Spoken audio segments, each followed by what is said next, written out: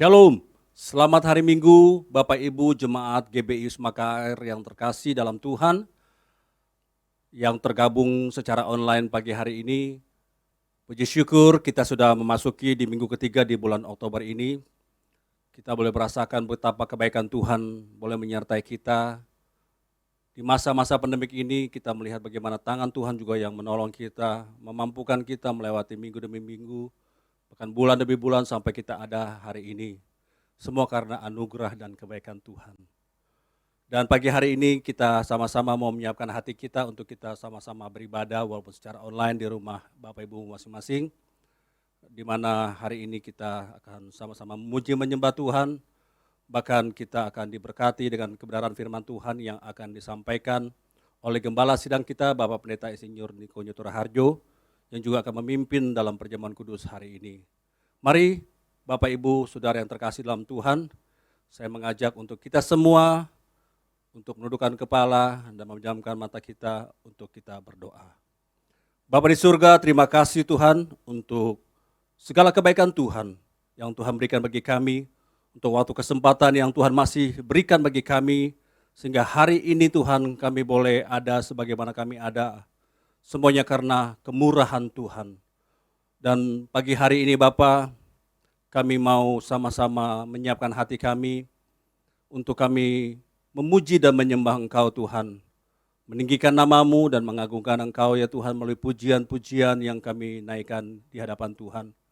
Biarlah Tuhan disenangkan melalui apa yang kami sampaikan dan Tuhan bersemayam di atas pujian dan penyembahan kami. Tuhan memberkati juga kami melalui kebenaran firman-Mu yang akan disampaikan oleh Gembala Sidang kami Bapak Pendeta Insinyur Niko Nyoto Raharjo. Berkati dan urapi hamba-Mu Bapak Niko Tuhan. Biarlah isi hati Tuhan boleh disampaikan sehingga kami boleh semakin lagi mengerti apa yang menjadi isi dan kehendak hati Tuhan bagi setiap kami. Juga memberkati setiap hamba-hamba-Mu, para pelayan-pelayan-Mu Tuhan, para WL singer, pemusik, demikian juga tim multimedia Tuhan yang bertugas, semua daripada hamba-hamba Tuhan, pekerja-pekerja Tuhan yang melayani sepanjang ibadah hari ini. Biarlah Tuhan memberkati dan mengurapi mereka semua. Terima kasih Tuhan, kami menyambut berkat Tuhan melalui ibadah secara online ini hanya dalam satu nama yang ajaib, nama yang berkuasa, nama Yesus Kristus, Allah kami yang hidup dan kekal selama-lamanya. Haleluya, amin. Mari jemaat Tuhan, kita deklarasikan Pentakosta ketiga. Pentakosta ketiga adalah pencurahan Roh Kudus yang dahsyat di zaman now, melebihi yang terjadi di Azusa Street. Pentakosta ketiga akan mengakibatkan penuaian jiwa yang terbesar dan yang terakhir sebelum Tuhan Yesus datang kembali. Pentakosta ketiga akan membangkitkan generasi Yeremia, yaitu anak-anak muda yang dipenuhi Roh Kudus, cinta mati-matian kepada Tuhan Yesus, tidak kompromi terhadap dosa, dan akan bergerak untuk memenangkan jiwa. Pentakosta ketiga lahir di Indonesia dan bergerak ke bangsa-bangsa. Gerakan ini dari timur ke barat dan akan kembali ke Yerusalem. Pentakosta ketiga akan memberikan kuasa untuk menyelesaikan amanat agung dan setelah itu Tuhan Yesus datang kembali. Haleluya, puji nama Tuhan. Kasih setia Tuhan untuk selama-lamanya, amin.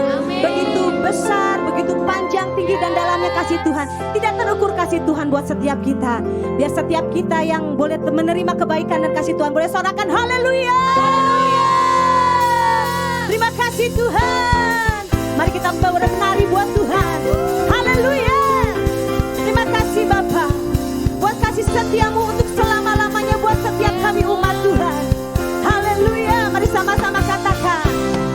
Tiada terukur besar kasih setiamu Tuhan. Panjang dan lebarnya melebihi lautan. Jauh tinggi mengatasi langit. Dalamnya tak dapat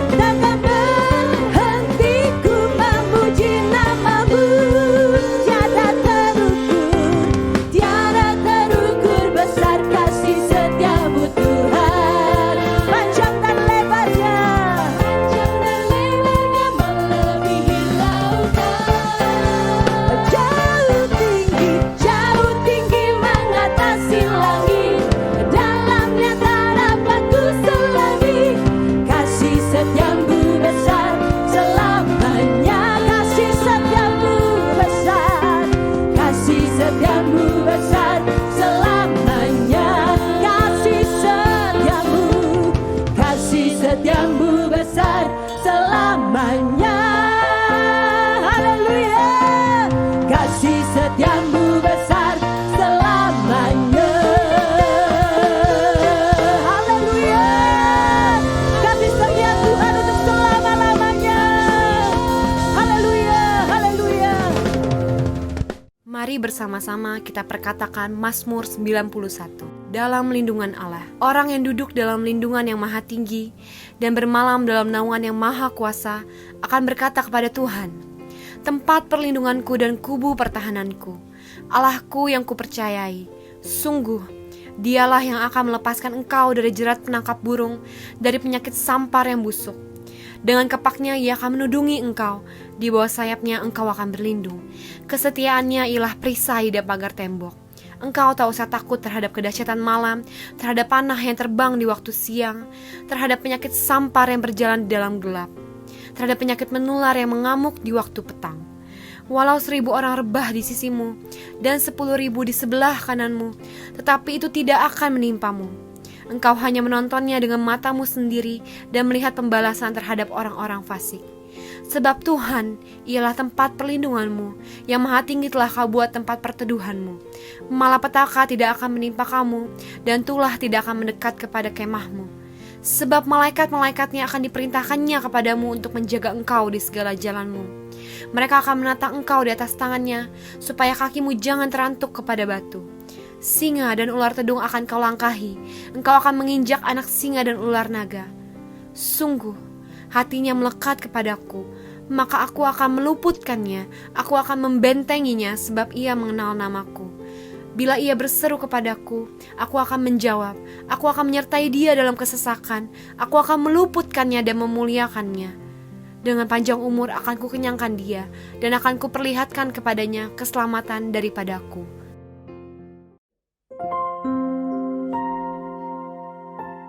Terima kasih ya Tuhan buat Allah yang baik buat kehidupan kami. Kami mengucap syukur buat Tuhan yang selalu ada buat kehidupan kami ya Tuhan. Yang kasih setianya gak pernah tinggalin kami Tuhan. Di tengah apapun yang kami alami hari-hari ini, di tengah badai yang kami rasakan saat ini Tuhan, satu hal yang kami mau Tuhan tahu hari ini, cuma Engkau pribadi yang satu-satunya kami andalkan ya Tuhan. Cuma Engkau pribadi satu-satunya yang kami percaya ya Tuhan. Untuk itu pagi hari ini Tuhan, izinin kami ketemu sama Engkau ya Tuhan. Izinin kami ada dalam hadirat-Mu ya Tuhan. Makasih Tuhan, makasih.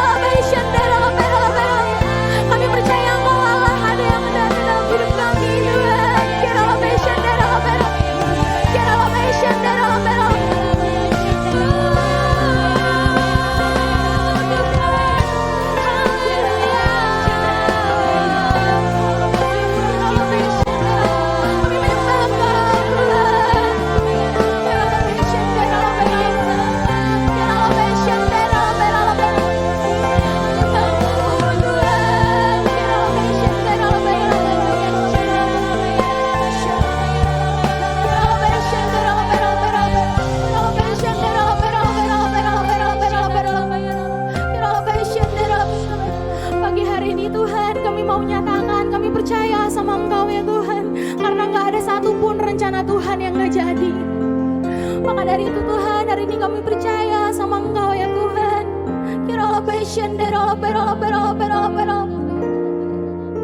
Menyatakan dari hatimu, Yesus hanya Kau yang ku andalkan, melebihi siapapun juga. Yesus hanya Kau yang ku percaya di setiap waktu. Tiada lain yang ku andalkan selain Kau, Yesus. Mari panggil Dia, Yesus Tuhan. Yesus hanya Kau yang ku andalkan, melebihi siapapun juga. Yesus hanya Kau yang ku percaya di setiap waktu. Tiada lain yang ku andalkan selain Kau. Mari sambil angkat tanganmu nyatakan, amin. Melebihi siapapun Tuhan, siapapun juga. Yesus hanya Kau yang ku percaya di setiap waktu. Tiada lain yang ku andalkan selain Kau. Tiada lain yang ku andalkan selain Kau. Tiada lain yang ku andalkan selain Kau, Yesus. Mari berikan sorak-sorai bagi Allah kita. Haleluya.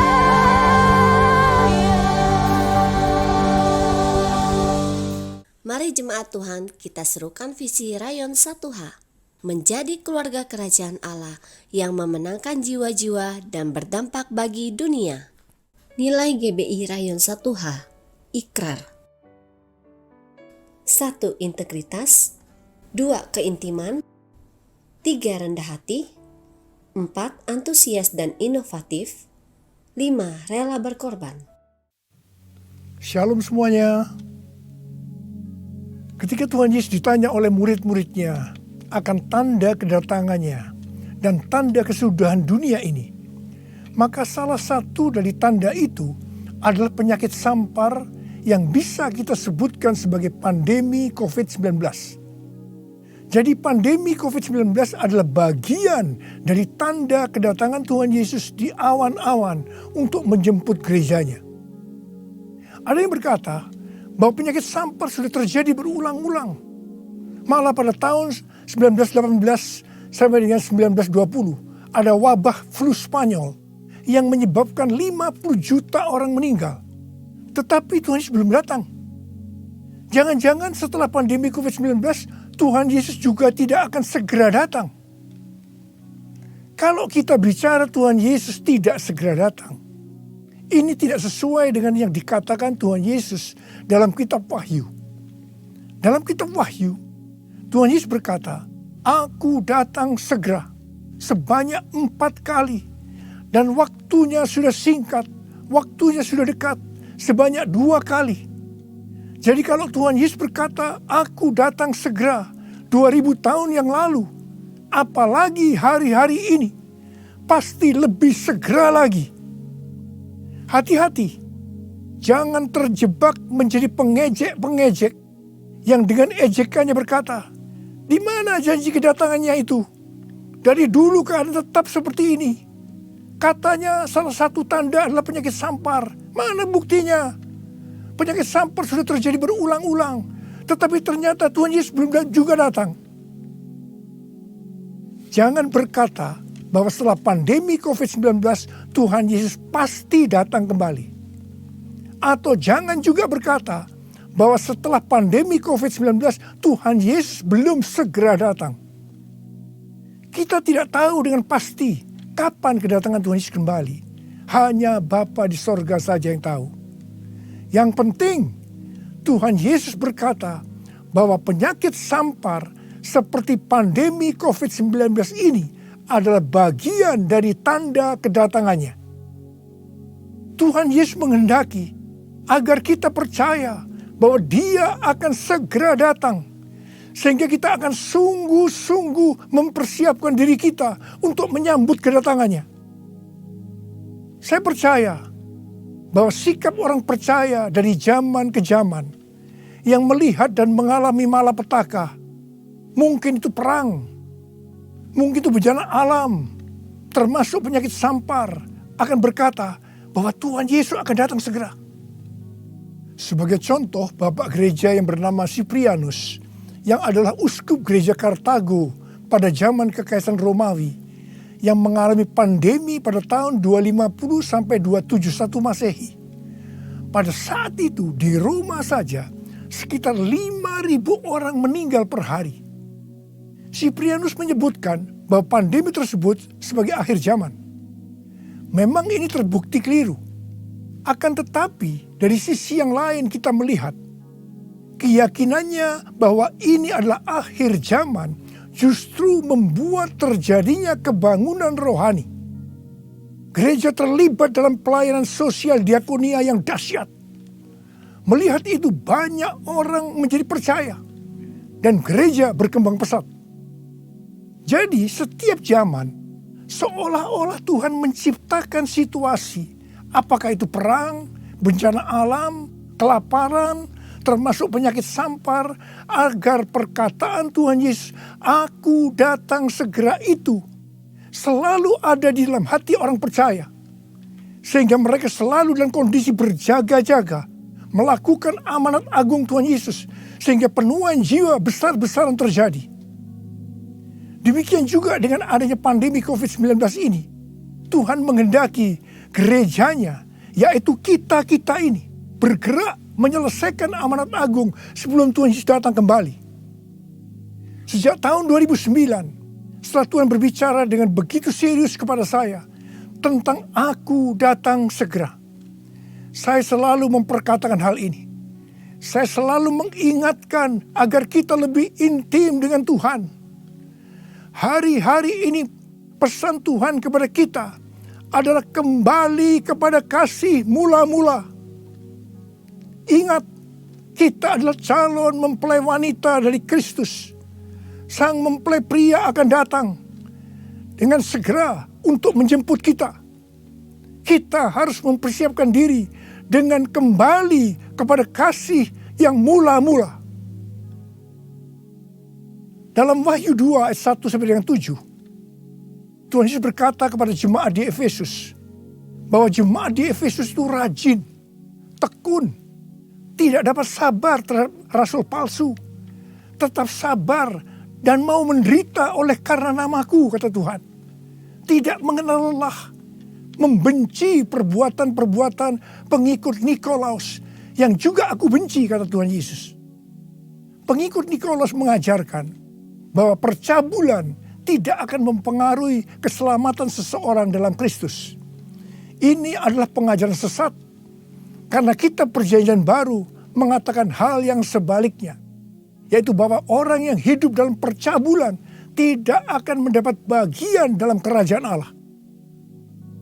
Kalau kita melihat ini, saya berkata bahwa jemaat Efesus ini jemaat yang luar biasa.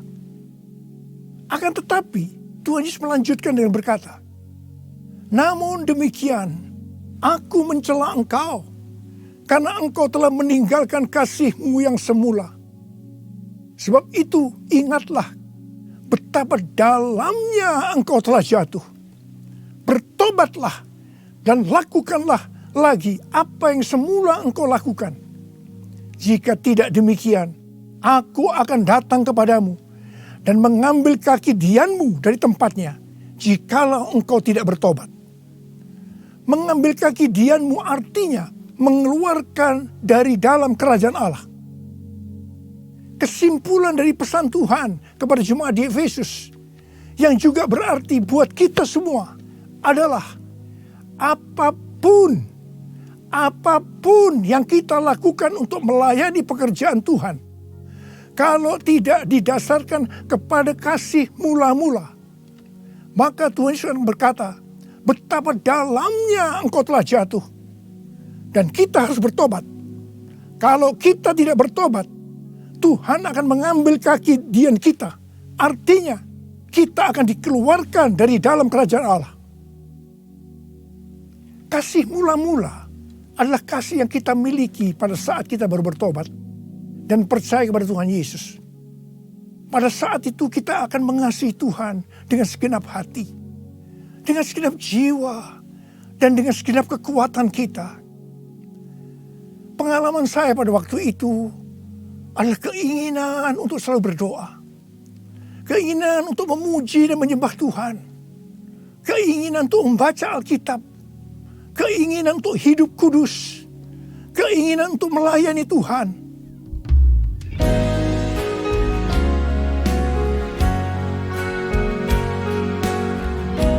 Ku cinta Kau Yesus, hanya Engkau bagiku Yesus. Sungguh ku rindu mengatakannya, betapa aku mengasihimu. Engkau Allah dan Rajaku, kekasih dan hidupku. Engkau segalanya bagiku. Ku bersyukur kepadamu. Ku bersyukur kepadamu. Ku bersyukur kepadamu.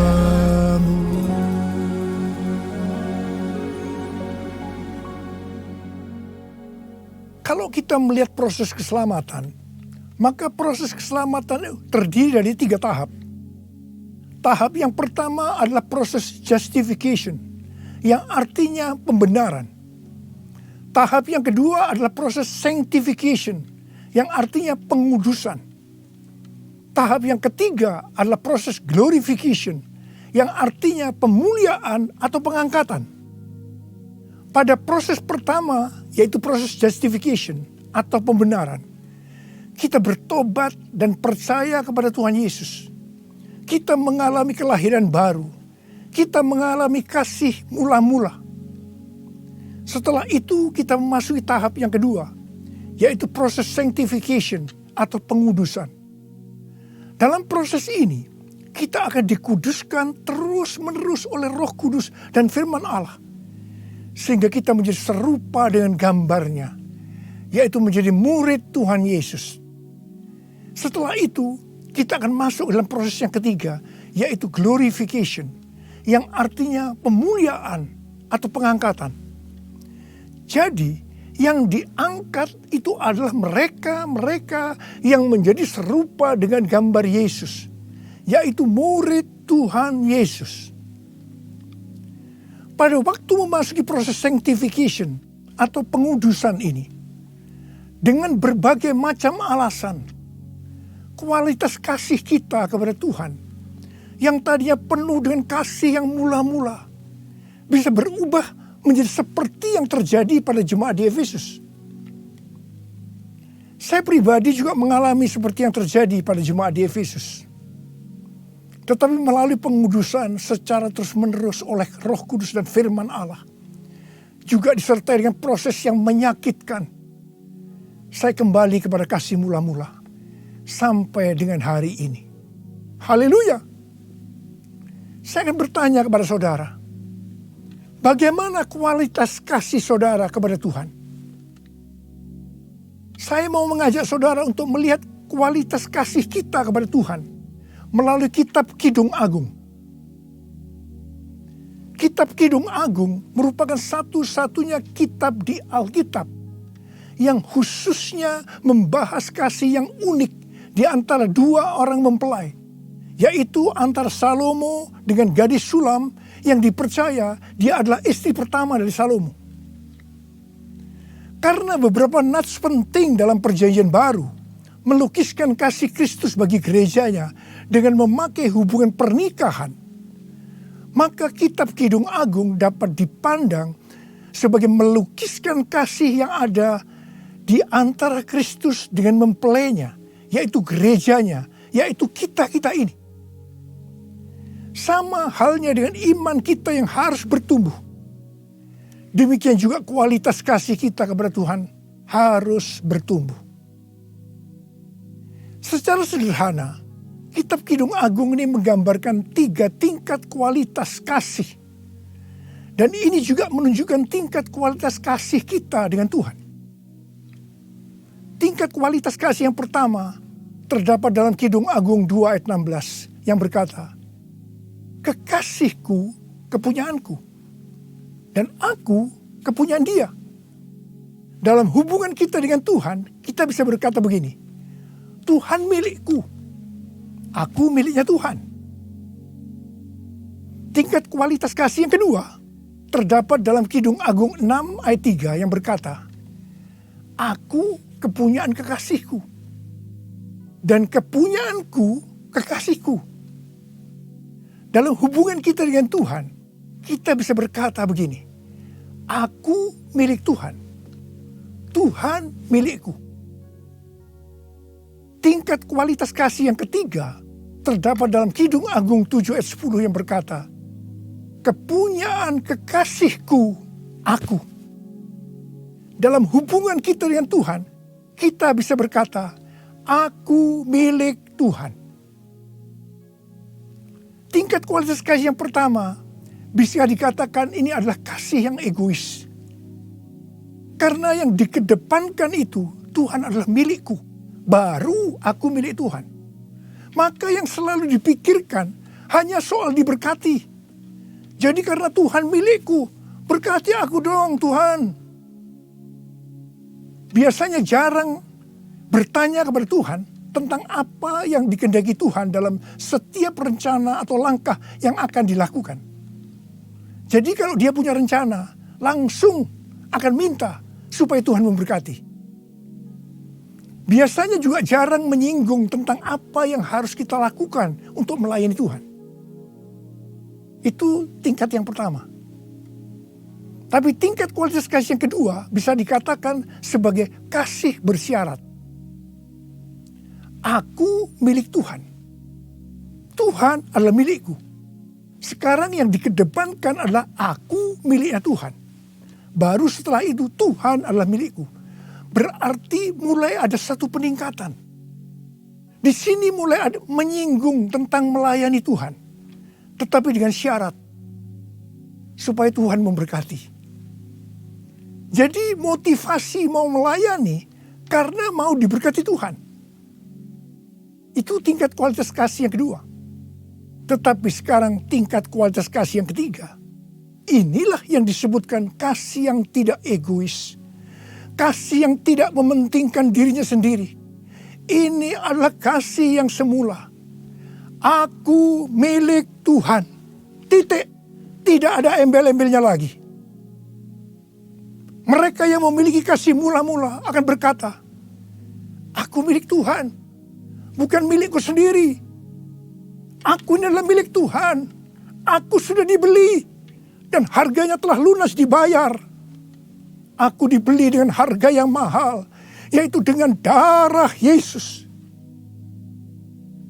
Mereka yang memiliki kasih mula-mula akan berkata, jika aku hidup untuk Tuhan.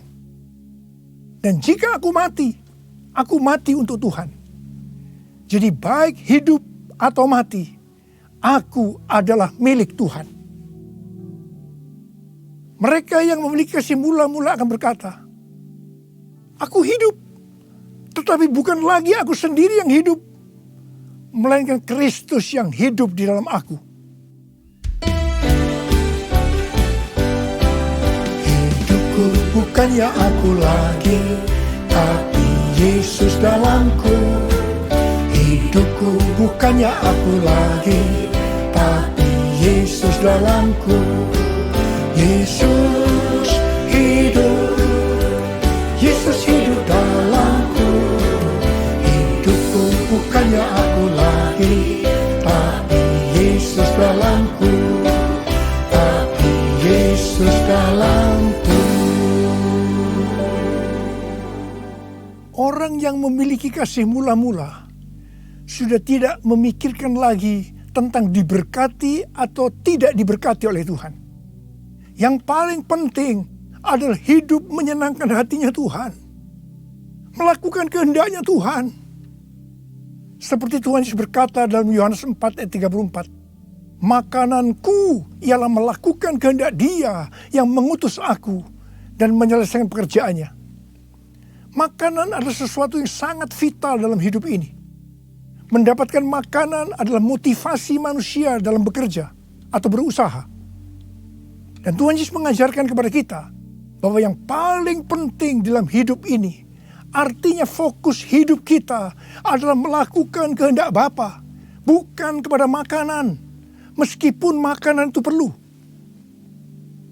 Orang yang memiliki kasih mula-mula akan melayani Tuhan seperti yang terdapat dalam Roma 14 ayat 17 dan 18 yang berkata, sebab kerajaan Allah bukanlah soal makanan dan minuman, tetapi soal kebenaran, damai sejahtera, dan sukacita oleh Roh Kudus. Karena barang siapa melayani Kristus dengan cara ini, ia berkenan kepada Allah dan dihormati oleh manusia. Orang yang memiliki kasih mula-mula akan selalu berkata, sebab engkau baik, bahwasanya untuk selama-lamanya kasih setiamu.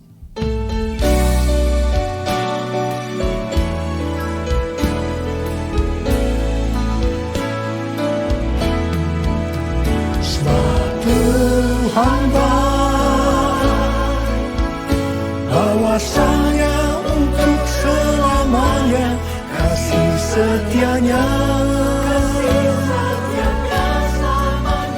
Sebab Tuhan baik, bahwasanya untuk selamanya kasih setianya. Bahwasanya untuk selamanya kasih setianya.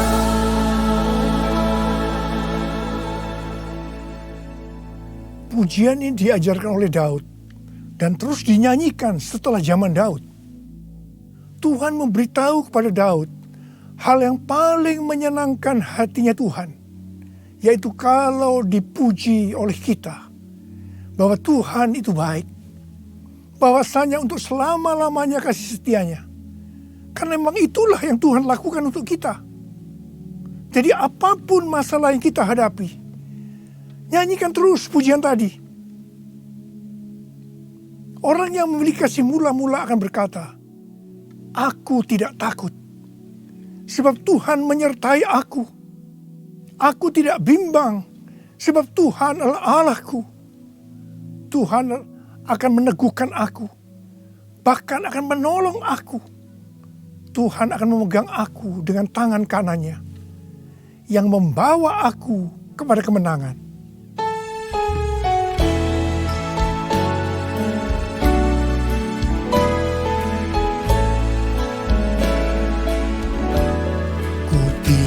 Takut,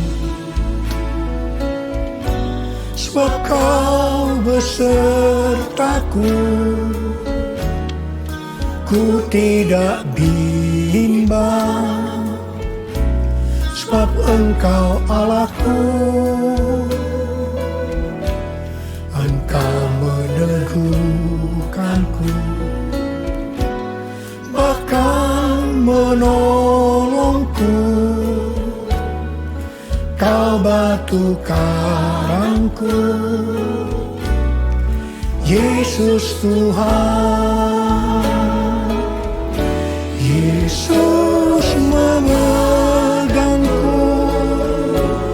dengan tangan kananmu. Yesus memberiku kemenangan. Yesus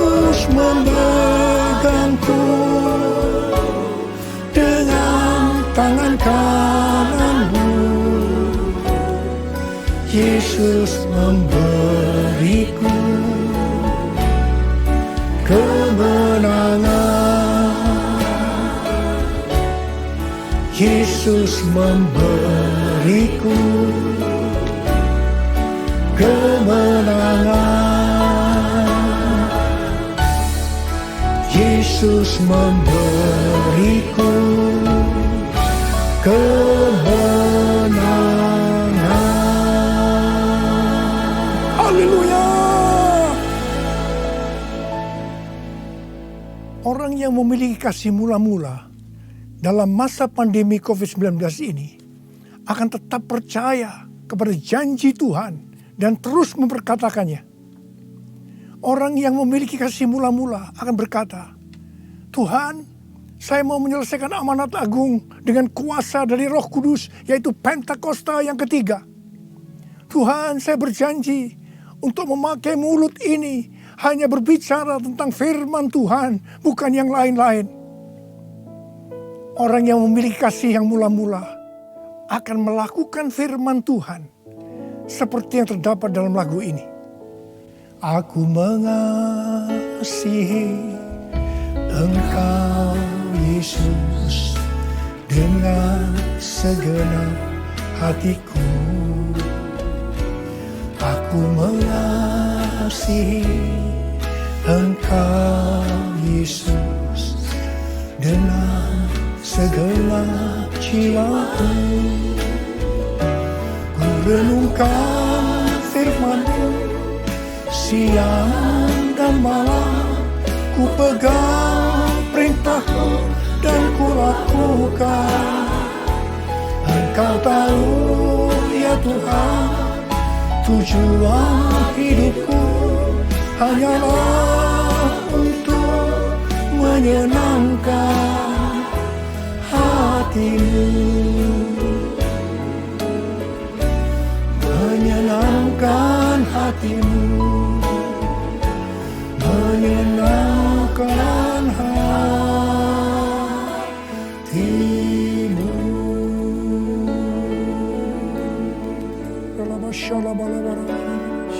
Mari angkat tangan saudara, sembah Dia, sembah Tuhan Yesus. Sembah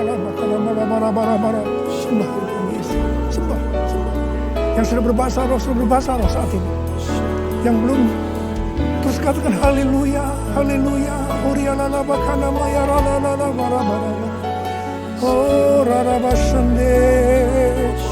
Ikarala maya rala bala. Orala bala. Orialala bala.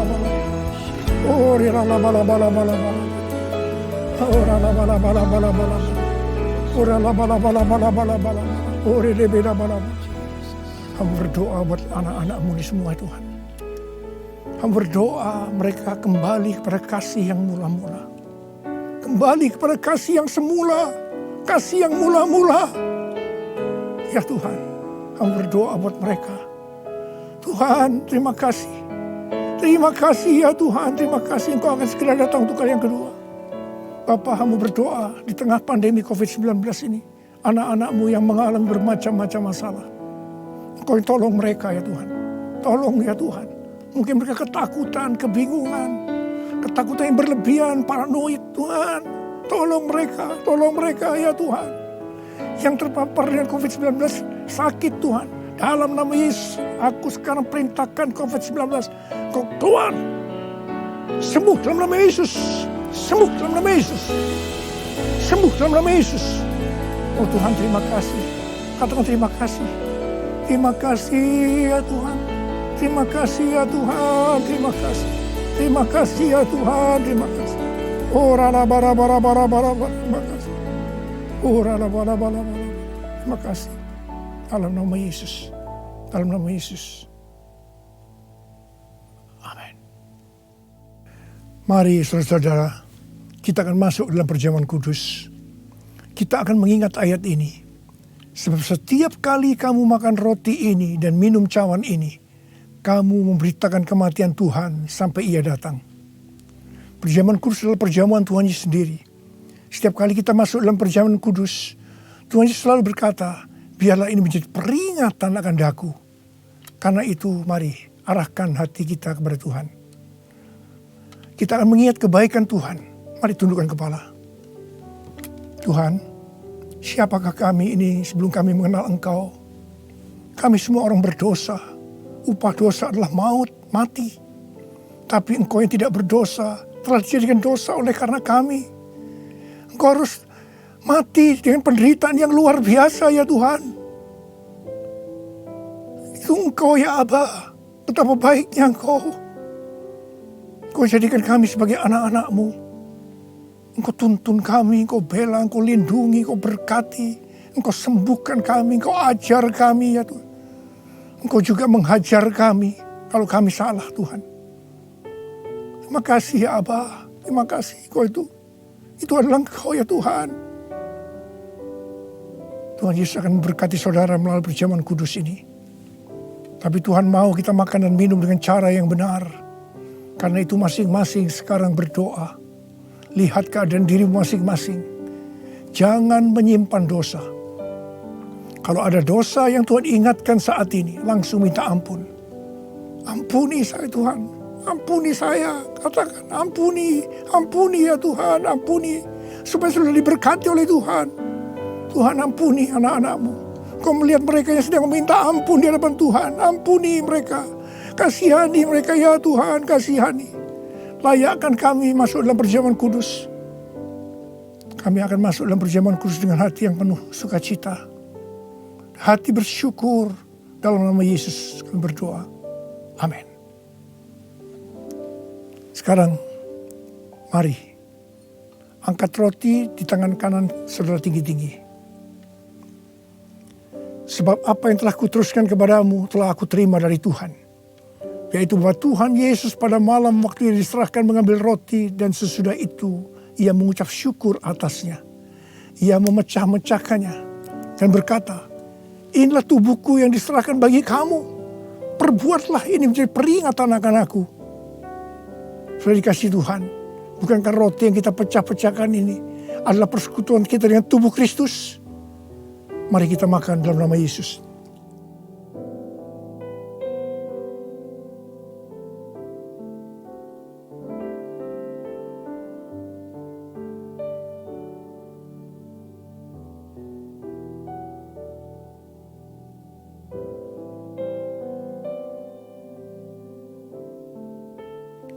Sekarang angkat cawan di tangan kanan saudara tinggi-tinggi. Demikian juga ia mengambil cawan sesudah makan lalu berkata, cawan ini adalah perjanjian baru yang dimeteraikan oleh darahku. Perbuatlah ini setiap kali kamu meminumnya menjadi peringatan akan aku. Saudara kasih Tuhan, bukankah cawan pengucapan syukur yang atasnya kita ucapkan syukur adalah persekutuan kita dengan darah Yesus. Mari kita minum dalam nama Yesus.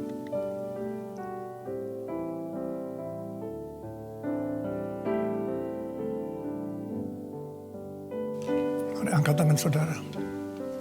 Ucapkan terima kasih. Ucapkan syukur. Ucapkan syukur dan terima kasih ya Tuhan.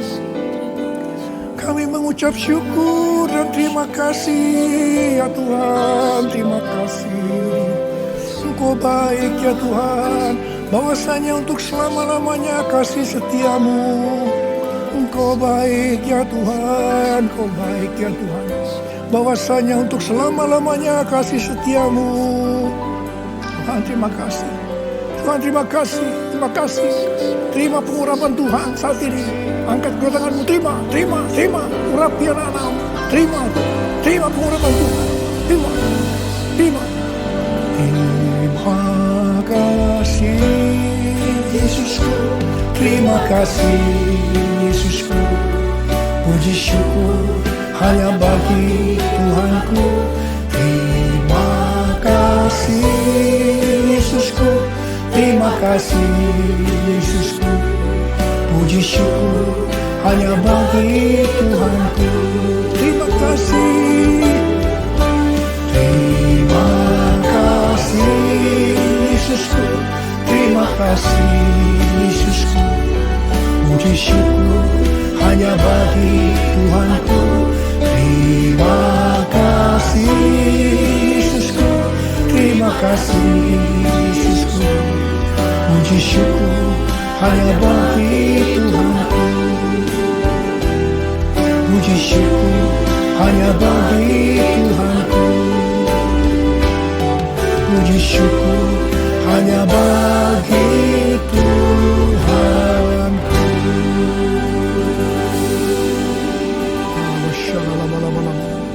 Oh, terima kasih. Terima kasih Tuhan. Terima kasih. Berkati anak-anakmu. Terimalah berkat Tuhan. Kasih karunia berlimpah-limpah daripada Allah Bapa dalam anak yang tunggal Yesus Kristus. Persekutuan yang manis dengan Roh Kudus menyertai saudara sekalian mulai hari ini sampai Tuhan Yesus datang menjemput kita di awan-awan dan bahkan sampai selama-lamanya. Yang percaya bersama-sama katakan amin.